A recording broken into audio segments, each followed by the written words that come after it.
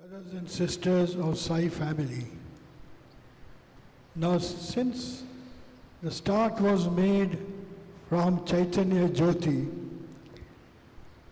I'll start off from here, then go backwards.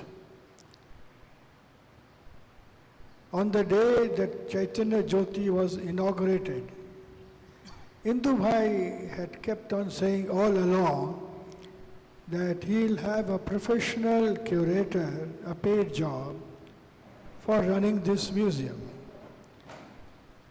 I don't know what transpired in between, but when Swami called all those who were associated with this project, I was also included, and there, to everybody's surprise, Swami said, "Tum charge lo." It was a complete reversal of what has been going on all along. So I said, "Swami, I am a soldier and an engineer. I know nothing about running a museum." And then he made a statement which has become our motto. He said, "Karte karte seekh jayega." So it has been a learning curve all along. And then you saw these red pillars. Now Swami used to go by Chaitanya Jyoti almost every morning. And I used to stand in front with folded hands. One day he stopped the car and asked me, "Why have you painted these pillars red? Red is communist color." Now something struck me. And I said, "Swami, communism is hardly 100 years old. And this color scheme by the Chinese emperors are more than 2000 years old. So it is the communists who copied the emperors, not the other way around." So he just nodded his head and went away. Now, as if he didn't know, but he wanted to know whether I know anything or not. Then some more time passed, and one other day I said, "Swami, please go up the ramp and come to the driveway." So Swami said, "Kya hai udhar? Hum to dekha hai." I said, "Swami, our fish are very colorful." "हाँ, हम fish देखा है." I said, "Swami, अभी तो वो बड़ा हो गया है." So he said, "हाँ, ठीक." Then he turned the car and was going up the ramp. And then he stopped the car. When I came up, he said, "अंदर बैठो, कार के पीछे भागता भागता आएगा, breathless हो जाएगा."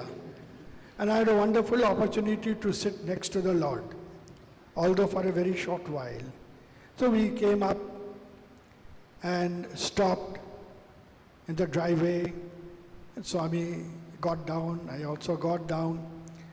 And I told the Sevadal on duty, "Please maintain strict discipline. Then Swami will spend more time with us. If you try to grab his feet, he will get back in the car and go away." Fortunately, everybody kept the discipline. Now, from the driveway, it was one step up to the veranda. From there, he could see the fish. Now, while climbing that one step, Swami appeared to stumble. Now, by that time, I knew that nothing the avatar does is without a reason. Anyway, he came up and then he asked simple questions as if he didn't know, but he gave us the opportunity to be in his proximity. He said, "Ye fish kahan se aaya?" So I replied, "Kitna aaya? Kaise aaya?" As if he didn't know, but he was giving us the pleasure of his company. "Kya khata hai? Ye food kahan se aata hai?" All this went on. And then, after having given us all the pleasure of being close to him, he got back into the car, motioned me also to get back in the car. At the end of the driveway, he stopped and he told me, "Idhar utar jao, नीचे जाएगा फिर ऊपर आना पड़ेगा. See the amount of caring that he has shown in that. So I got down, and that memory still is so fresh in my mind. Now to go back in time, he talked about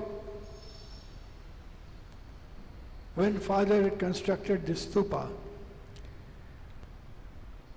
Now, Swami told father that you will have to do with the help of Sevadal only. There are no carpenters. And if you see the Sevadal, this stupa closely, you will see that the base is made of 5 arches. And on the arches, then the concrete was to be poured and the support removed. But where was the carpenter? Where was the wood? So father decided that he'll make a mound of earth with the help of Sevadal and then use masons. Temple masons are called sthapati. So he will use the sthapati to make the shape of the arch and then put the reinforcement bar and pour the concrete and let the sand and earth remain inside. It wouldn't matter. And this work started. And one day by 9 o'clock at night, they had completed the mound. The next day the Sthapati was supposed to make the arches. After 9, people went back to bed completely tired. And then about the middle of the night, father woke up to the sound of heavy rains. His heart sank. Next morning you'll see a huge sea of mud, and they'll take a few days to clear that mud and then start off all over again, and there was no way they could keep to the schedule. He sat with his head in his hands. Early morning, with a sinking heart, he went to the site, and to his immense surprise, he found the amount of the earth exactly what it was last night at 9 o'clock when the Sevadal left. He was standing there and wondering, how could this happen? It was as if somebody with a giant umbrella had held it over the side and prevented the rain from damaging even one corner of the whole structure. Then Swami came at the back and said, Bose, tum kal raat ko soya nahi na? He said, nahi Swami, nahi soya. Then he made a wonderful statement, which I can never forget. He said, Bhakton ka kaam bhakti se hua hai, kabhi kharab nahi ho sakta. What a wonderful statement he made, And work went on. That evening he came at about 5 o'clock and told my father, Aaj tarpaulin laga dena. That means last night he held an umbrella. Today he should not be troubled to hold the umbrella again. The father took the hint, ran around, got regular tarpaulins and covered the whole thing. And that night also it rained, but then he had been warned. And later on, as the project was completed on the scheduled day, and you know what it is, what a wonderful structure it has become. But it is all Swami's hand behind the scenes. Without his active help, it would not have been possible for this wonderful structure to come up with only Sevadal and few bar benders. And concreting had been done by all the trustees to start with. Swami called all the trustees. Each of you pour 1 tasla of concrete. And that's how it came up. Now before this happened in 1975. My brother, sister and I are deeply indebted to our father, Brigadier Bose, for bringing us to the lotus feet of Sai. My first darshan of Sai was in 77 January. I was an instructor in the College of Military Engineering in Pune. My posting had come to Delhi, and father insisted I must come to Puttaparthi, to Vrindavan for Swami's darshan before I left for Puttaparthi, for Delhi. So I came over, I waited outside, I informed somebody to tell my father. Father came and told me to continue to stand while he went and got Swami's permission for me to enter inside the enclosure where father and mother were living. And shortly he came out and said, Swami has given permission. So I went in. Before coming, when he was director of IIT Kharagpur, he had a huge mansion, 2 stories. And here he was living in the accommodation which was occupied by Swami's mother, Ishwaramma. And I thought I had seen the smallest of living spaces which you can get in a submarine. But this was a step ahead. There was one room which had a cot. Mother slept on the cot. Father slept on the floor. There was a toilet. But there was one room, a small room, which was kitchen cum bath. You could either cook or have bath. You can't do both simultaneously. And the next door was the interview room. And the bolt had to be kept open because this room had a wooden almirah which had some things of Swami. So every now and then he would come in, open the cupboard, take out something. So mother was instructed by father not to use a pressure cooker. Because if the whistle went at an odd time when some interview was going on, the fat would be in the fire. So when I went there, the problem was, where do I sleep at night? So with Swami's permission, at night, the connecting door to the interview room used to be opened, and father and I used to go and sleep in the interview room. So I entered the interview room much before I got an interview. So we used to sleep at night. And another thing was, the building, all the ground floor places, all the lights, tube lights would be on. That was to help the students to do their studies at night. Anyway, after this sort of thing happened, and then when I had already given up hope that Swami would not call me, then as usual, on the very last day he called me for interview. Before that he said, हम तुमको एक अनुग्रह देगा, उसको हमेशा अपना साथ रखना. I didn't know what was anugrah. So in the morning, first he called a boy with a Polaroid camera, Rupak Shankakoti. He made me stand next to him and he said, photo low. He took the photo, then Swami gave it to me. इसको पकड़ के रखो धीरे धीरे colour आएगा. By the time my father also arrived, Swami had sent for him. So he took another photograph with father on one side and I on the other side. And in that photo you can see I was holding that previous photograph in my hand, waiting for the color to appear.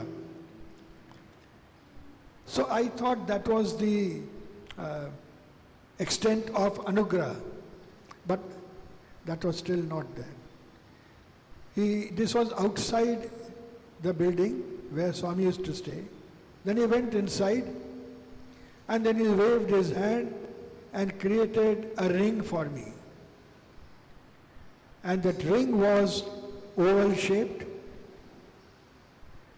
silver colored. I don't know what metal it was. I don't want even to know. All I know, it came out of Swami's hand. It was a bust of Lord Shiva with snake around his jata and beautiful features. And then he put it on my finger and said, "Ye anugrah hamare saath, tumhare saath hamesha rakhna." Then I realized what is the meaning of anugrah. So that point ended there. But this ring serves me to tell you one more thing, that my brother had in the meantime gone to Nigeria, and after 10 years he came back and we were all called for an interview,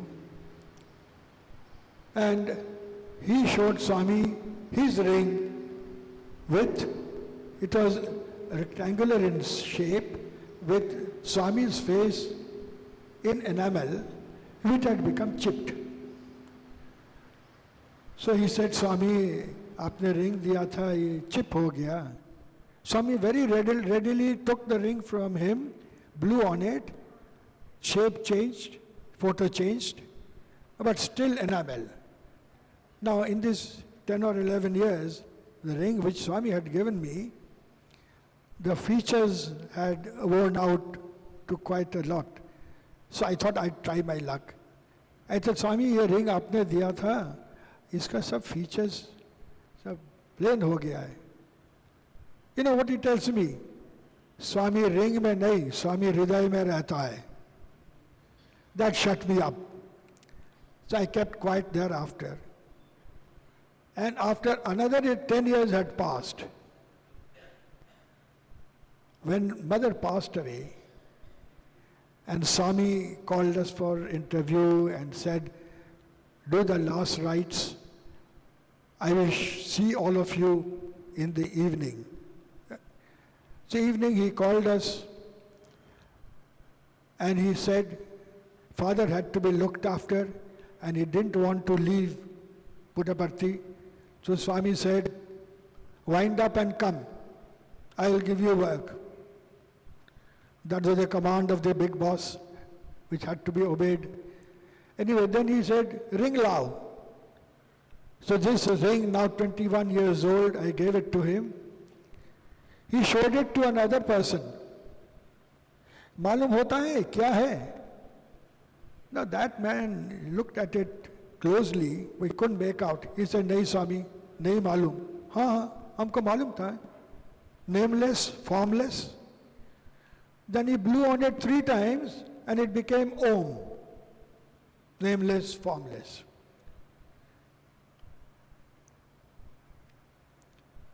Father lived on for 1 more year before he passed away. Now, when I came back, Swami said, "Wind up and come." So when I came back, for 3 months, Swami acted as if I don't exist. Didn't look at me, and calling me was a different matter. So I wrote a letter, said, "Swami, according to your instructions, I have come. I am ready to do whatever you asked me to do." Anyway, these 3 months passed, and I really needed the 3 months. I was very tired. After that, Now Swami wrote a letter to Swami, father wrote a letter to Swami that up to that small wicket gate, I could take him up to that point. Then I would have to hand him over to a Sevadal and go around and sit at the back with the general public. And father was feeling a little shaky, walking the rest of the distance to the veranda with the help of this Sevadal. So he requested that I be permitted to take him to the veranda and then I could sit with the staff. Nothing happened for 3 days and I thought that's the end of it. But the next day I was sent for, said the secretary wants to see you. I went there and secretary said, Swami has said that you have to be inducted into the staff straight away. So my first question was, can I sit with the staff for darshan? That's all I wanted at that time. They said, yes, you can do that. So I felt very happy. Next morning, for the first time, sat with the staff for darshan. And those days, Swami used to take people for darshan, and that was to signify the end of darshan. They used to take him for interview, and that signified the end of the darshan. People left. And after the darshan was over, then quite frequently Swami would come out and go round. Knowing that, I went quickly, had my breakfast and came back. And in the staff enclosure, there were just 3 of us. And sure enough, within 5 minutes, Swami came out of the interview room. The people who had been interviewed, they dispersed. And then Swami came straight towards me and said, why are you sitting here? Now that was shock. I didn't know what to do. What wrong had I created? Now this was followed by aftershock. He said, go and sit in the veranda.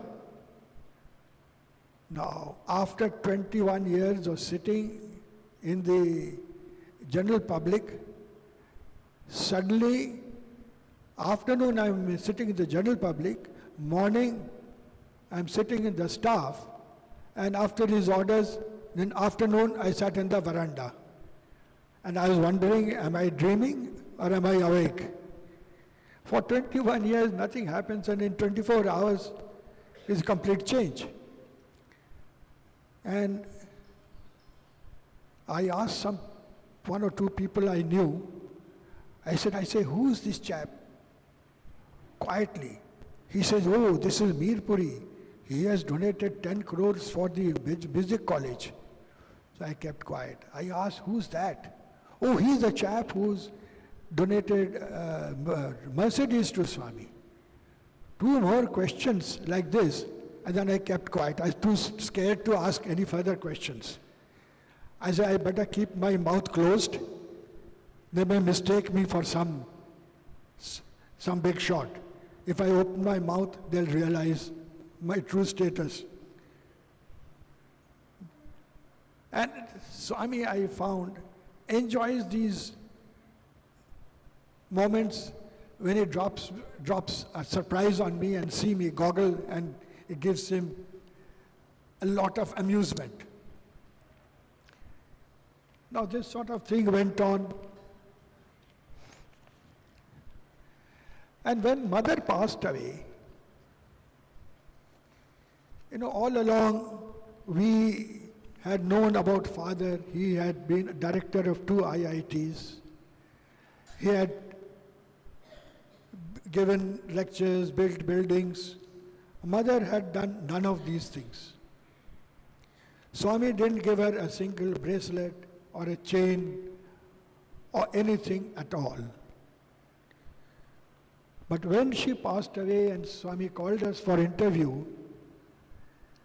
he said, don't grieve. Your mother had lived her life. She was 82 when she passed away. She had lived her life.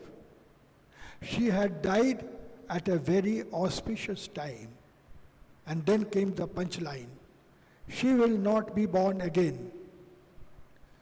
Then we realized how much we had underestimated Mother. Swami gave her no trinkets when she was alive, but gave her the most important thing when she passed away.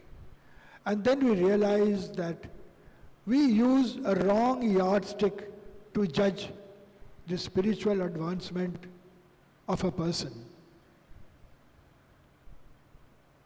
Most of the people, they judge the person's spiritual advancement with the number of things Swami gave him. Chain, watch, ring, and bracelet. The boys there used to call it the Grand Slam. The boys have their own terminology. But we came to know that that means nothing. What people came and told me after my mother's passing away, almost everybody said the same thing. Oh, your mother loved me so much. Then we realized it is the love which is the main criterion, not the number of trinkets that one gets. The person the doctor sees more often is not the healthiest person, probably other way around.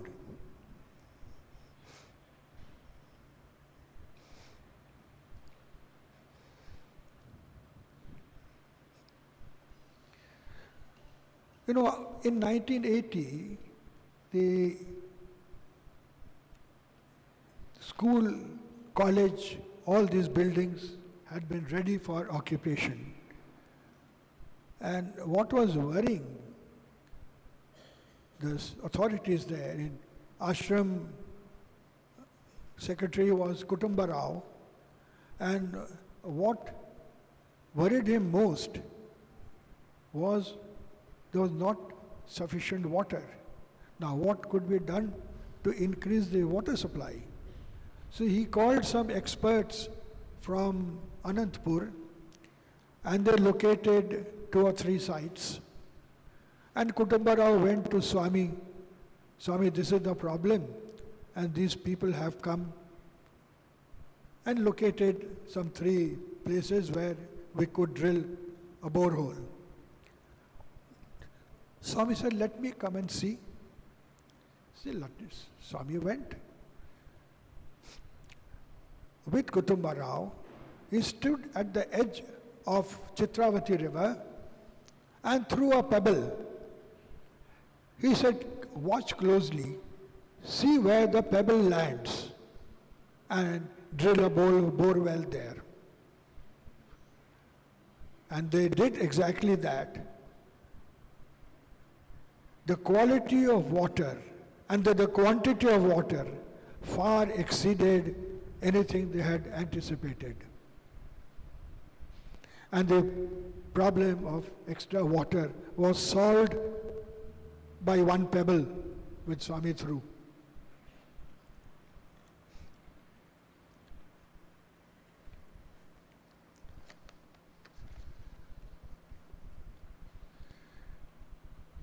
Now, whenever we have bhajans like here or anywhere or any other place or any other occasion, the first thing we were taught as Sevadal was to see that every chappal was kept in 1 line. And it all started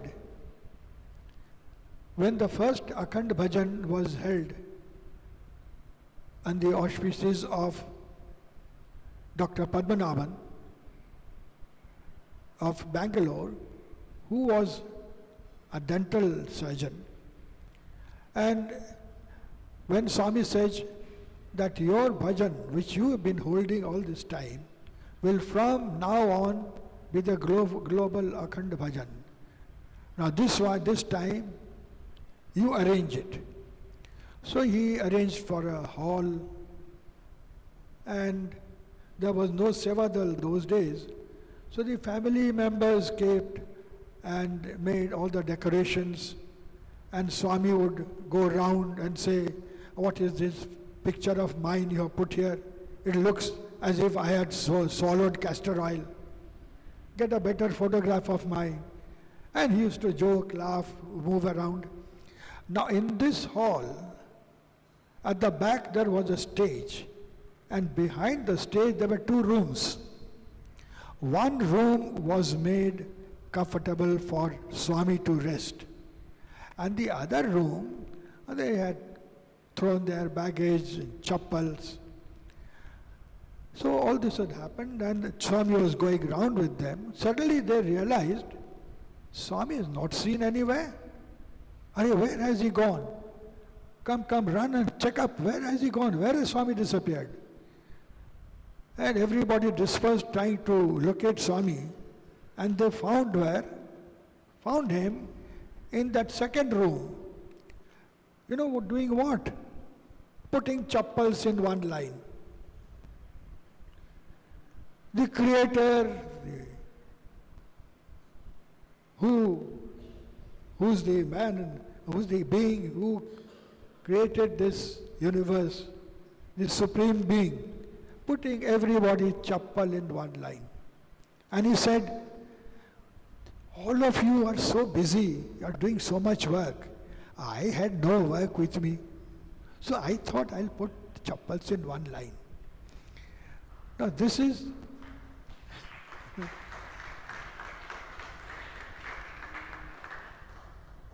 the owner of the Vishwa Brahmanda, if he doesn't mind putting other people's chappal in one line, can we not put our chappals in one line? In Chaitanya Jyoti, I tell the Sevadal, incoming Sevadal, this anecdote and tell them that put your chappals in one line as the Lord would have done it. And I also tell them one more thing. If I see anybody's chappal not in one line, I will put it in one line, but 10% of his punya will get transferred to me. And next time onwards, nobody's chappal is out of line. Now Padmanabhan's daughter was Gita Ram. And there are many stories of Gita Ram, a very bubbly little girl, very fond of Swami, and Swami very fond of her. Padmanabhan's mother was living in Parthi, and she needed an eye operation, and Swami had sent her to Bangalore to be examined by the best of the eye surgeons, and they had recommended an operation. But this lady was obstinate. She said, I will not go for any operation unless Swami gives me vibhuti. Now Padmanabhan said, Mother, Swami has sent you to Bangalore to be examined by the best of specialists. He has approved of the eye operations. So why are you insisting? He said, no, without Swami's vibhuti, I am not going anywhere. One day, Padmanabhan and his wife went out. This old lady and Gita, who was then 8 years old, was at home. Telephone rang. Gita picked up the phone. On the other side was Swami speaking from Bukkapatnam, because there was no telephone line in Puttaparthi those days. And Swami said, is that Gita? Gita said, yes, Swami. Oh, the old lady is complaining, isn't it? Okay, put her on the line. And grandmother was put her on the line, and she came out with all her complaints. They are not allowing me to go to you. They are not allowing me to get vibhuti from you.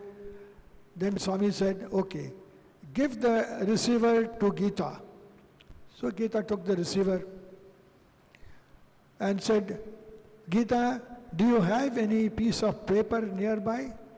Yes, Swami, I have a sheet of paper. Okay, put the sheet of paper on the table and put the receiver on the table, on the paper. Gita did as she was told. Immediately, Vibhuti started coming out from the receiver.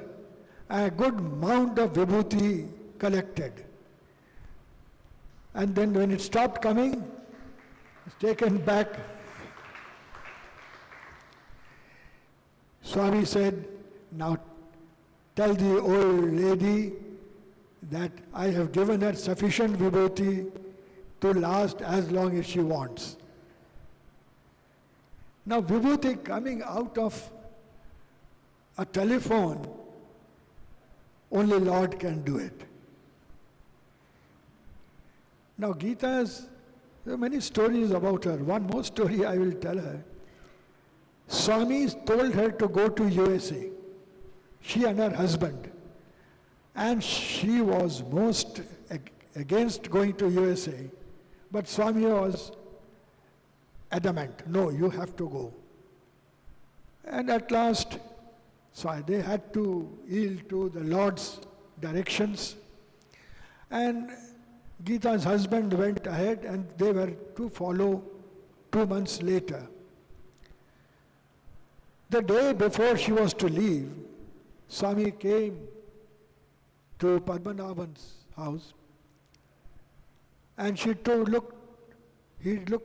one look at Gita's face and told Padmanabhan, what, you are again scolding your daughter?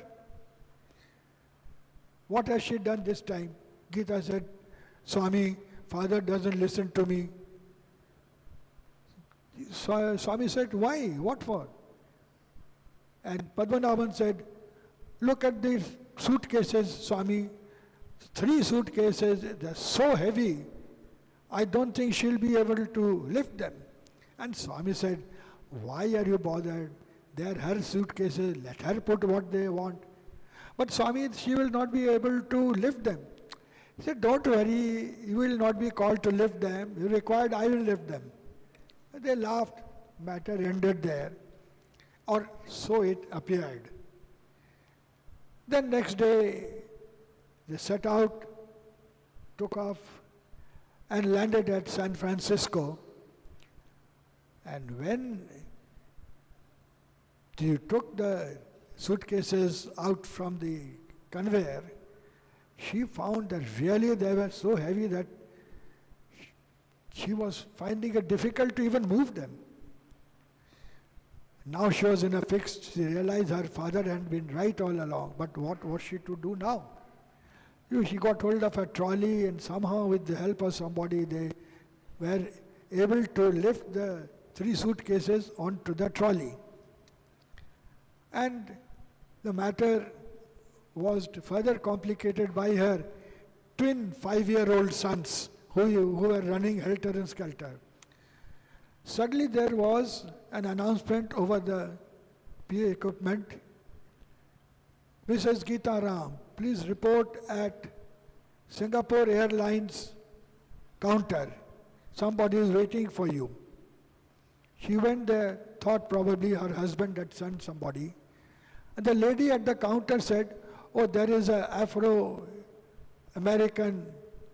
person waiting for you. He has an identification badge and she was obviously a member of the airport staff. And she said, Madam, don't worry, you just come with me. And he took her through all these, the procedure. And the paperwork took a long time. By the time she came to the customs, already an hour had passed. So this man, who appeared to be a member of the airport staff, he told the person there, look, this lady has already spent 1 hour with this. Please don't trouble her anymore with this checking of luggage. So that fellow also felt little kindly towards this lady with two young children, and he did not check the luggage. He said, okay, take it. And they came out, and there was Geeta's husband with the car, and the two of them lifted the luggage into the car. And when they turned around to pay the kind-hearted man, he couldn't be found. He had already left. Next morning, Swami came to Padmanabhan, said, Padmanabhan, you are right.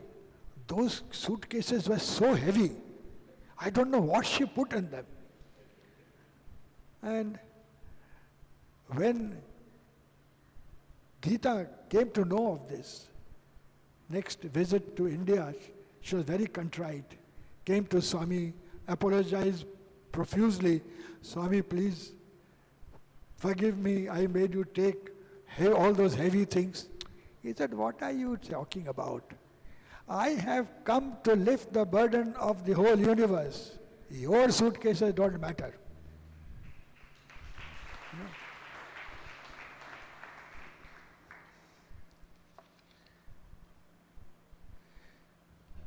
Have you heard of somebody called Dr. Upadhyay? He is an eye specialist in the UK. He has a clinic in Harley Street and also works for the National Health Scheme. But he is known to Sai devotees because he goes round the world holding these medical camps. Now Swami told him, hold a medical camp in Shirdi. Yes, Swami, as you wish. But no Sai Ram. Swami, how can we hold a medical camp without Sai Ram? No, here you will have to do without Sai Ram. Well, this medical camp was held, and the chief priest said, can you hold a camp for our priests, because they don't get time to go to the medical camps otherwise. So he said, yes, why not? And one afternoon, they held the camp for the priests, they came. And this chief priest said that we hear that you sing beautiful bhajans. Would you like to sing? And Upadhyay was very happy. He said, of course. And they sang. At the end of it, this chief priest says, Sai Ram. Now here Swami tells them not to say Sai Ram, and there's somebody else wishing them Sai Ram. Anyway, after the camp finished, they went to take Swami's darshan, and Swami had by the time gone to Uti. So they hired a car, went to Uti. And Swami called them, and there was an English doctor. Swami told her that why did you send, there was an 80-year-old woman who came to you in tatters, torn clothes. Why did you send her for X-ray? Which lady, Swami? I don't remember. Think back. A very skinny, thin woman who was coughing and blood was coming out into its sputum. Can't remember? Oh yes, Swami, I remember. I thought she had TB. I wanted to confirm it. He said, confirm it? Have you forgotten your basic medicine? Upadhyay, turn around. So Upadhyay turned around, and Swami showed how percussion has to be done. He said, if you percussed her back and listened to it with a stethoscope, you would have known that there is an abscess in this woman's lungs. And that would have been enough for you to make a judgment that she has TB. These village people, they are afraid of these machines. All she needed was TB medicines. which you could have done without doing all this thing. Now he is worried. Oh Swami, I made a mistake. I don't know what happened to her. He said, don't worry, I took over. And she is cured. The next thing was, he asked this group, suppose there are 10 chocolates and 20 children, what would you do? Obvious answer, Swami, divide them into 2 pieces and give to everybody. Then Swami says, suppose there is medicine for 50 patients and 100 patients come, what would you do? Swami, I can't divide them into 2. I can give only 50 patients and other 50 patients. We'll have to tell them to come back again. Swami said, no. The remaining 50 patients, you give them vibhuti. Vibhuti, Swami. I'll come to the punchline, not yet.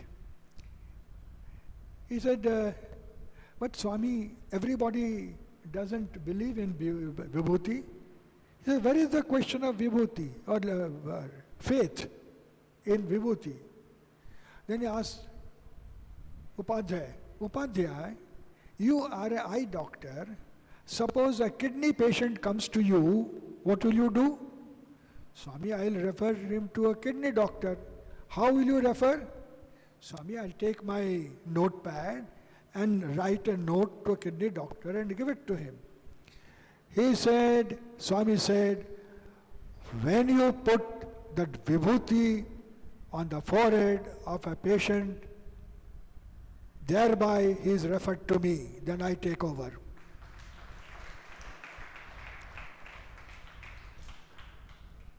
Shortly thereafter, Upadhyay was holding a camp on the border of Ghana and Ivory Coast. On the last day of the medical camp, they were gathering up things. They were to leave. In another 15 minutes, they would have left. Suddenly an African woman, young woman, 21 years old, comes with a baby, just 1 week old baby. Both eyes are full of pus. If no treatment is given, the baby would grow blind. Now, Upadhyay, being an eye specialist, knew what was wrong, knew what medicine had to be given, but he never anticipated such a thing happening, so he had not brought that medicine.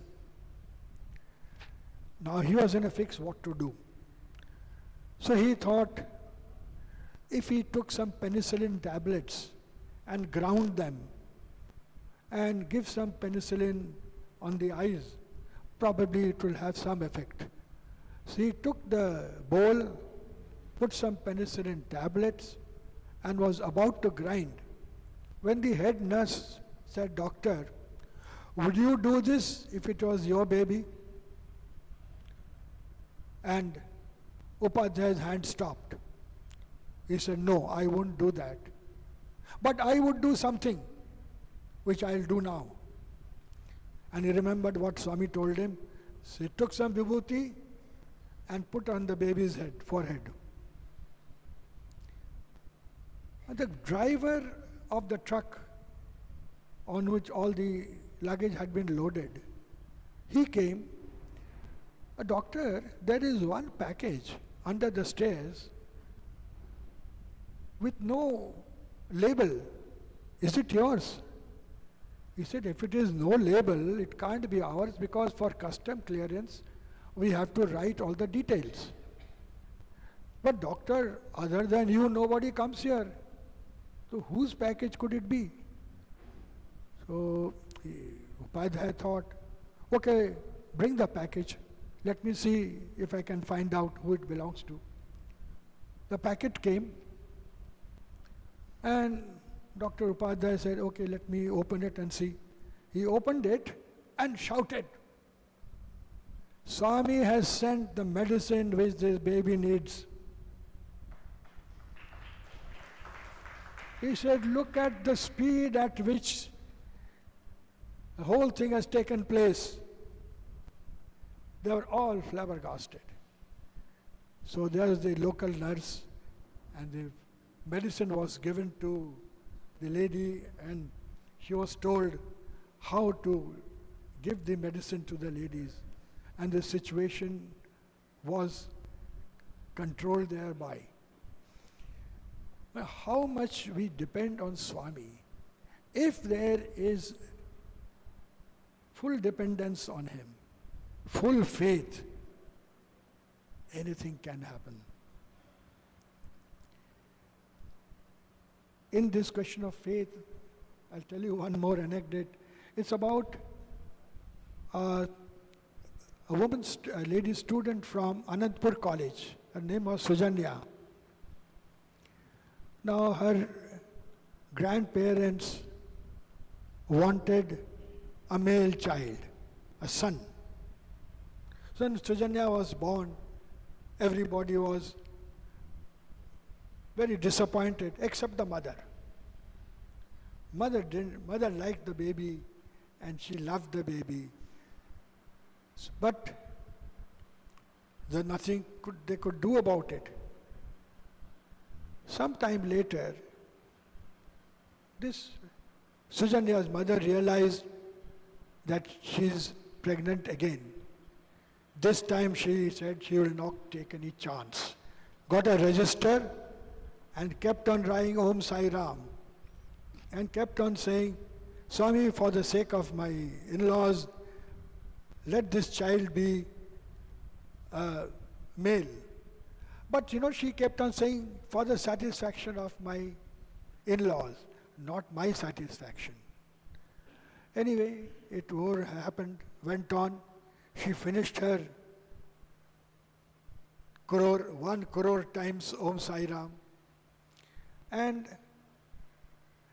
just before the delivery date was the delivery was due, one Thursday morning at 3 o'clock at 3 a.m., there was a tap on the door.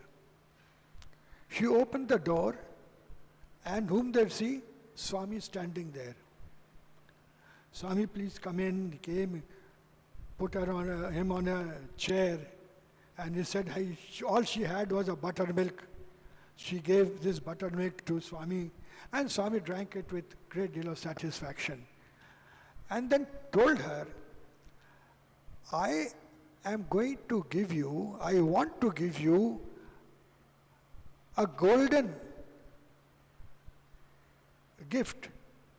Why are you asking for a silver gift? Didn't make any sense to her. But after saying that, Swami went away, and she kept on thinking, what is this enigmatic statement? And next Thursday, she admitted, and the delivery took place, again a girl. Again, everybody was disappointed except the mother. Anyway, nothing could be done. 10 years passed. Then the mother and father, this girl's in-laws, both of them called for a very well-known astrologer and asked him to prepare astrological chart for this girl. And this astrologer looked at the planetary positions and said, are you serious? You really mean that this chart, these positions are of this girl? He said, yes. He said, look, there has been a divine intervention. The astrological chart, the planetary positions, they point to a boy with mentally retarded. The baby, that chart refers to a boy who's mentally retarded. And You say that it is that of this beautiful, sweet girl. There has been a divine intervention. God has intervened and saved you from this. Then it made sense to her why Swami said, I want to give you a golden gift and you are asking for a silver gift. Then it made sense to her. And that faith which she had, she wanted to leave it to Swami. And not bothered about whether it is sun or rain. Leave it to Swami. Let her be the best judge.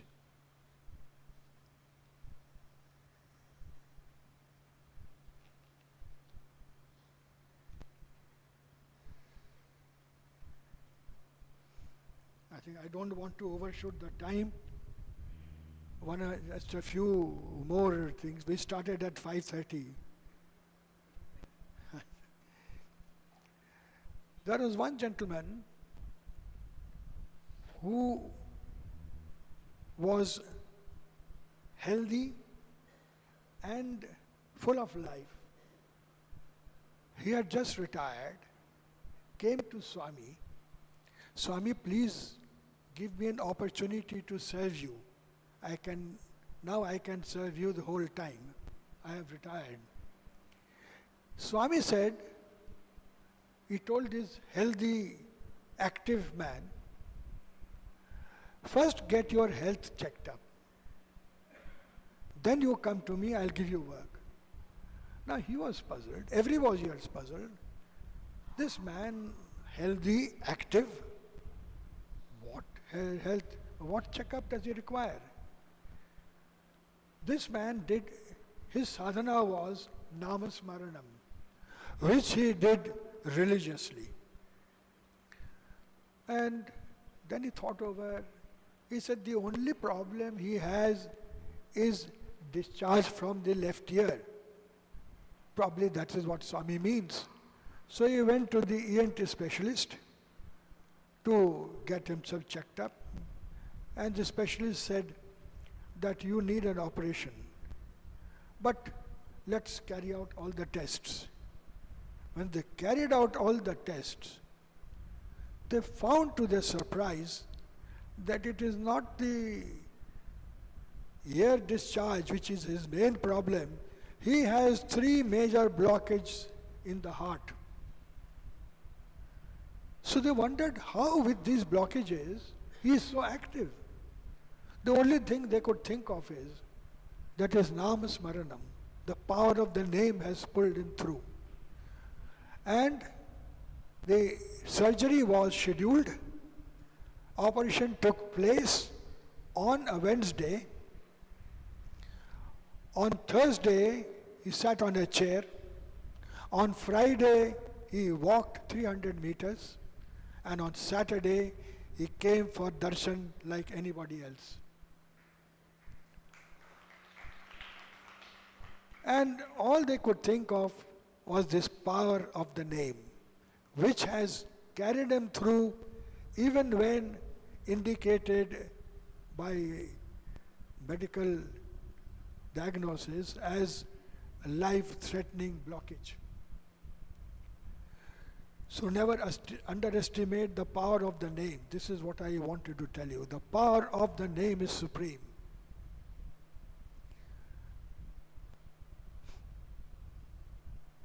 Then I want to tell you one more thing about the Namasmaran I've told you. The Narayan Seva that we do is not a small thing. It is a major seva or a major sadhana. Narayan Seva is a major sadhana. There was a man who was a middle level job he was doing. He used to attend bhajan and other things. But his main interest was Narayan Seva. Every evening while coming back home, he used to buy vegetables and grain, bring back, have his food, and at night cut the vegetables, the grains, make everything ready.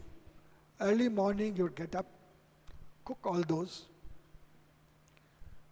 go to office, come back, have a small portion for his own food. The rest of it he used to distribute amongst those who were hungry, who didn't have food. And he did this day in and day out for a few years. Then other people came to know, they also joined, and more people could be given this daily Narayan Seva. One thing this man used to do, every year at the New Year's Day, he used to go to Puttaparthi. And Swami would call him and give him an interview and also tell him, advise him how he could improve this Narayan Seva. Now slowly the number of people coming to Puttaparthi also increased, and every time getting an interview was not possible. But Swami he always got a first line, and Swami used to come and stand in front of him, give him Pada Namaskar and talk to him. Slowly the number further increased. In 2003, when he came, he couldn't get place to stay inside the ashram, so he hired a lodge outside and stayed there. But he used to come for darshan every morning and evening. And this time, he found that every day he used to get the last line.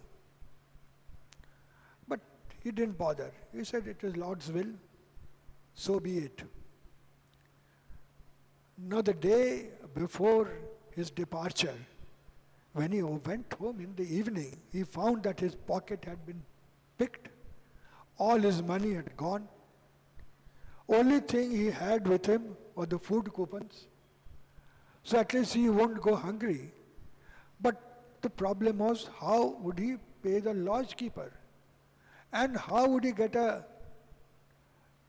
ticket, buy a ticket to go home? At night he couldn't sleep.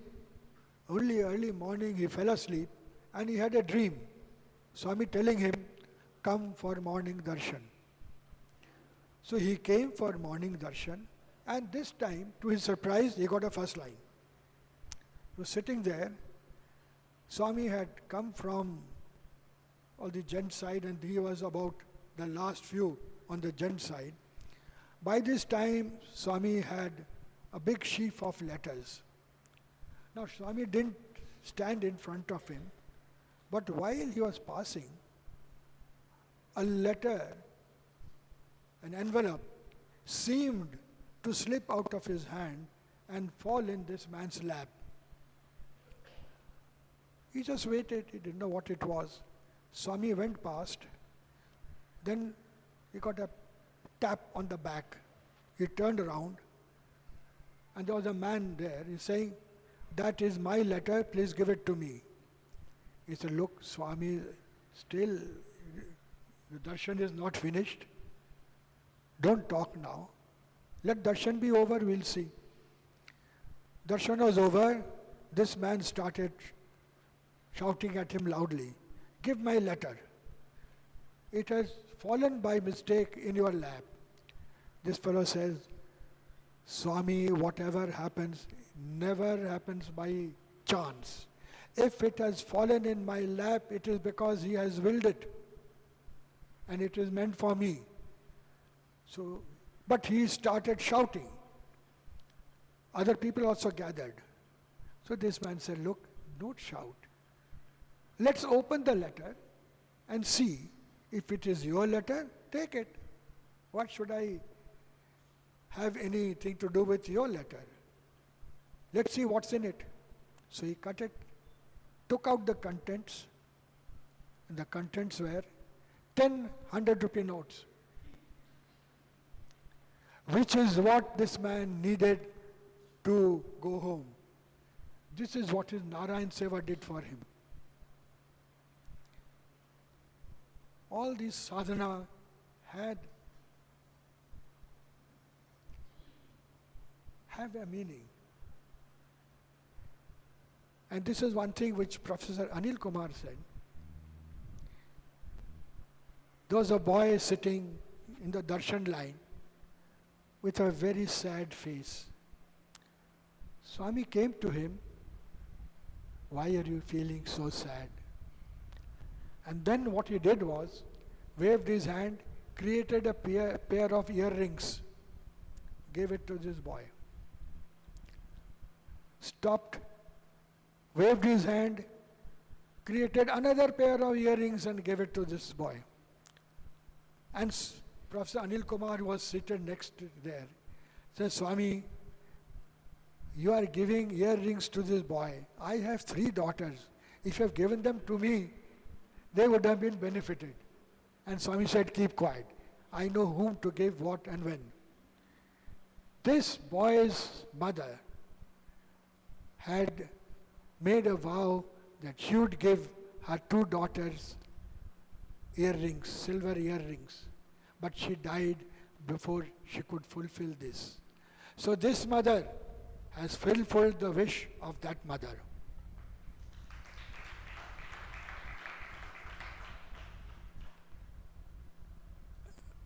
Another, again from Anil Kumar.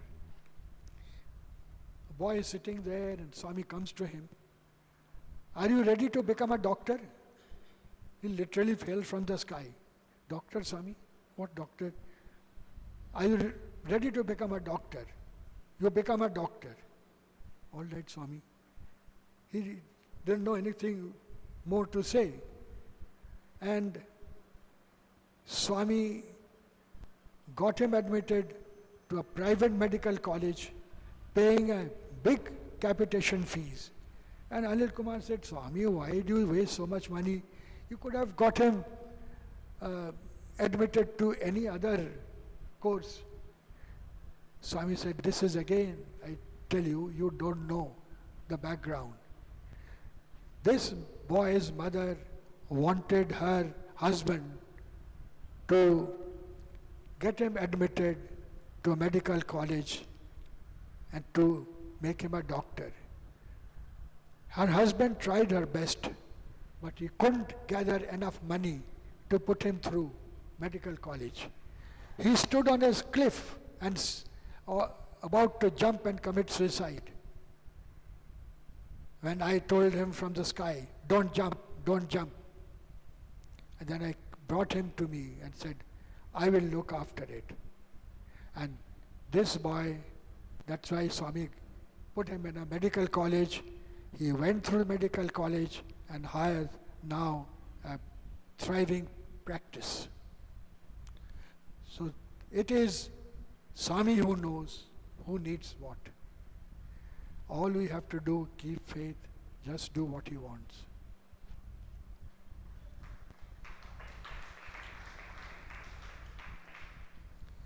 I think I'll have one more thing to tell you.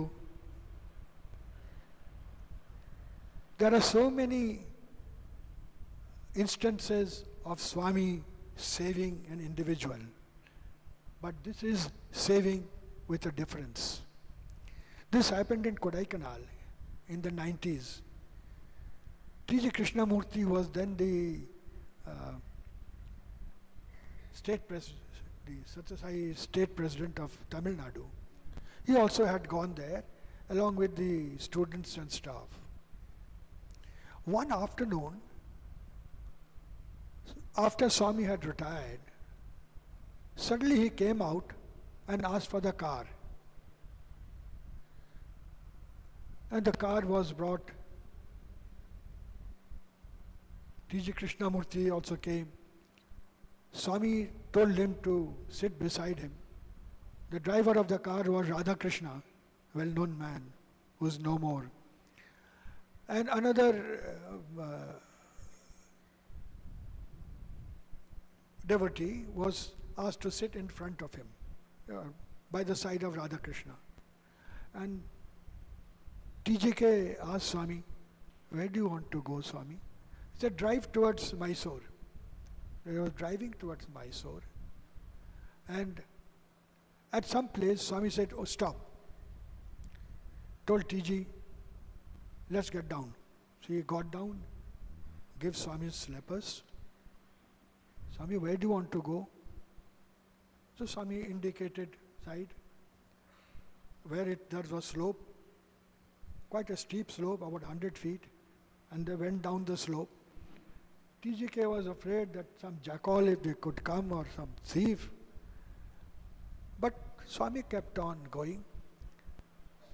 They came to a level ground, so not very wide. Swami went to the edge of the level ground. The ground slipped away, and there was about several hundred feet of drop. And down below there was a small village. And Swami stood there with his hand on his hips, completely silent. After some time, TGK said, "Swami, Swami," no reply. Then he raised his voice a little, "Swami." Then Swami said, "Yes." "Swami, shouldn't we go back? It is getting dark." He said, "All right, let's go." So they went to the car, came back. Swami went to his room. Nobody had the guts to ask him, "Swami, why did you do that?" And the next morning started with a heavy rainfall. It was raining cats and dogs. Darshan was cancelled. Day's program was cancelled. TGK was trying to get an opportunity to talk to Swami alone. And he got that. And he said, "Swami, yesterday you went to that place. Why did you stand there for such a long time?" He said, "The soil in that area was loose. I knew this rain would be coming. I went there to make the soil firm so that there would be no mudslide. Had there been mudslide, the entire village would have perished. I couldn't let that happen when I am in Kodai." But TGK thought over it little more. It said there must be something more to it. Then Swami just saying, "Because I am there, I can't let it happen." Then it struck him that it must be the devotion of the villagers of this village that has moved Swami to save them from total disaster. Here is a case of Swami saving a whole village, animals, human beings, everybody living. I think I have taken enough of your time. All good things must come to an end, and also all boring things also must come to an end.